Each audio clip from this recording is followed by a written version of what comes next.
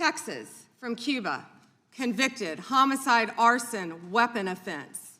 Convicted. So what we talking about? Convict Texas, some of these perpetrators that rape these women that are sitting behind you that you refuse to even acknowledge they are here. They thought they could bury the truth, but the receipts just went public. While Pam Bondi was busy flashing photos to distract the room, Jasmine Crockett was sitting on a mountain of evidence that stopped the entire hearing in its tracks. We're talking about 38,000 references to the most powerful names in the country, all hidden within the Epstein files. But look closely at Bondi's face. She wasn't there to answer, she was there to survive. This is a brutal confrontation the DOJ didn't want you to see. Let's get into the footage that has Washington shaking. I'm not going to ask any questions of this witness because this witness has revealed that she has no intentions of answering questions. But instead, I'm going to ask some very basic questions really quickly of my colleague, Becca Ballant, if she will answer right or wrong, raping children.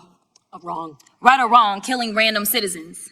Definitely wrong. Right or wrong, enriching yourself as the sitting president of the United States. Definitely wrong. Okay, thank you, because I probably never would have got that with our witness. Our witness who somehow is a lawyer but does not understand how it works with witnesses. I'm not really sure what law school she went to and what all kind of cases she tried, but typically when you come into a space and somebody's a witness, then they sit there and they answer questions instead of asking questions. And then we also have this objection that we use as lawyers called non-responsive when a witness fails to actually answer the question. But nevertheless, let me address the survivors because that's exactly who they are. They are not victims, they are survivors. Let me say thank you for having more courage and moral clarity in your pinky fingers than the entire Department of Justice. We are currently the laughing stock of the world, partially because of the failed leadership within the DOJ as we see kings and queens falling everywhere around the world. But we don't know the basics of right and wrong in this country because it's not about partisanship. And that's why I applaud Thomas Massie, because he's the only person on the Republican side that has a backbone and knows how to stand up to corruption. But nevertheless, let me keep going.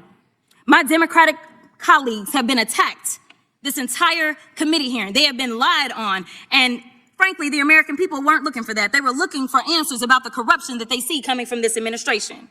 In the written testimony of this witness, of this particular witness, she stated that when she took office, she had two main goals. The first was to end the weaponization of justice, and second, to return the department to its core mission. Not only have you lied about both, you've intentionally done the exact opposite.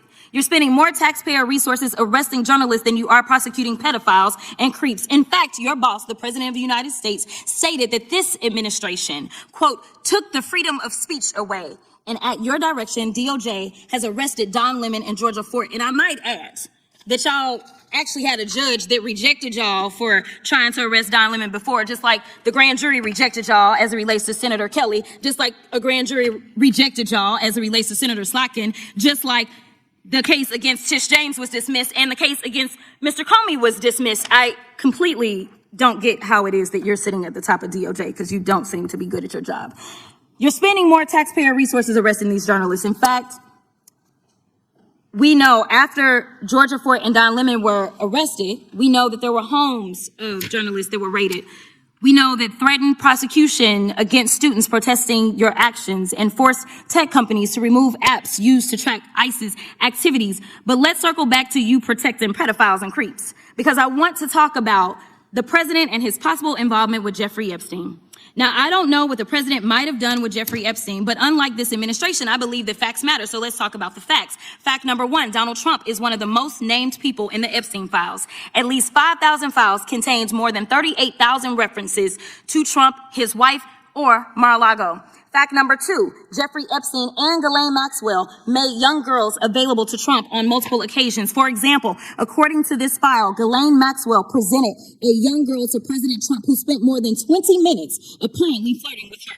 Here's another example. This shows notes from FBI investigators that describe Jeffrey Epstein transporting a victim to Mar-a-Lago to meet with President Trump, where he bragged to Trump that, quote, this is a good one. Now, I'm not saying that the president is a pedophile, but there is a lot of evidence in these files that suggests that he's very close friends with a lot of men who are pedophiles. What's crazy about all of this is just that this is a big cover-up, and this administration is engaged in it. In fact, this administration is complicit. But there are numerous others, like how the DOJ is attempting to obstruct justice in the investigation of the rogue agents who have murdered American citizens, or how the DOJ seized voter data from Fulton County in an attempt to steal the 2026 midterm elections, or how federal agents have Tom Homan on tape accepting a bribe and your agency killed the investigation, or how your agency is ready to give the president a $230 million payday, which is unconstitutional. The Constitution is clear. The president shall not receive any payment except his salary while in office. The fact of the matter is that you will be remembered as one of the worst attorney generals in history. An attorney general who has prioritized obstruction over justice, corruption over the law, fealty to the president over loyalty to the Constitution.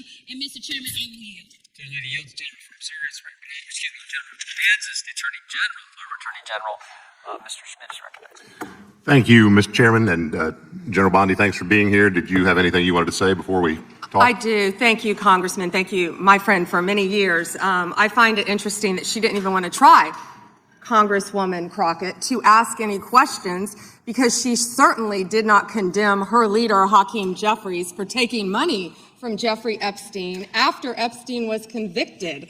And I will be brief to give you your time, Congressman. This is what she didn't want to talk about. Texas, from Cuba, convicted, homicide, arson, weapon offense. Convicted. So what we talking about? Convict some of these perpetrators that rape these women that are sitting behind you, that you refuse to even acknowledge they are here. Time belongs to the gentleman from Kansas. Mr. Chairman, could I have a few seconds back to make up for the yelling? Thank you. 5 years later, and we're still only seeing fragments of the truth. Crockett walked out because she knew the game was rigged, while Bondi stayed behind to read from a script that had nothing to do with justice. The question remains, why is the DOJ still protecting these files? And who are they really shielding? This isn't just a political debate, it's a cover-up in plain sight. Drop a comment below. Do you think Crockett finally exposed the swamp? Hit that subscribe button and turn on notifications, because the story is far from over. We'll see you on the next update. They thought they could bury the truth, but the receipts just went public. While Pam Bondi was busy flashing photos to distract the room, Jasmine Crockett was sitting on a mountain of evidence that stopped the entire hearing in its tracks. We're talking about 38,000 references to the most powerful names in the country, all hidden within the Epstein files. But look closely at Bondi's face. She wasn't there to answer, she was there to survive. This is a brutal confrontation the DOJ didn't want you to see. Let's get into the footage that has Washington shaking.